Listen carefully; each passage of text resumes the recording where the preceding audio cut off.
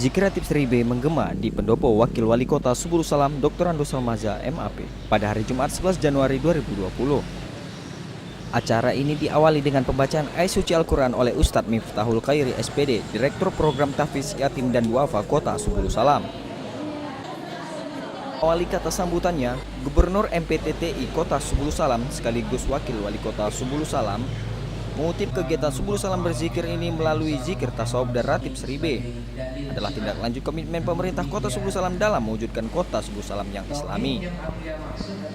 Melalui kegiatan ini diharapkan para pejabat di lingkungan pemerintahan Kota Subulu Salam dapat menjunjung tinggi syariat Islam secara resmi.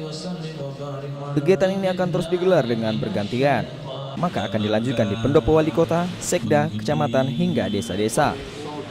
Acara ini dipimpin oleh pengurus Majelis Pengkajian Tauhid Tasawuf Indonesia Abuya Syekh Haji Amran Wali Al-Khalidi dan juga dari cabang Kota Subulu Salam Ustadz Amiruddin Julfarsi. Acara ini juga dihadiri oleh pejabat di lingkungan pemerintah Kota Subulu Salam, pimpinan dayah, tokoh agama dan para santri.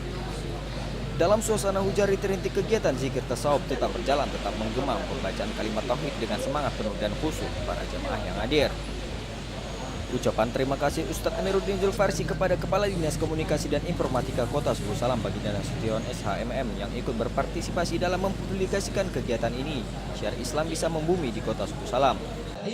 Dalam acara ini turut hadir Wali Kota Subulu Salam Haji Afan Alfian, Majelis Permusyawaratan Ulama, Kasdim 0118 dan Kapolsek Longkim.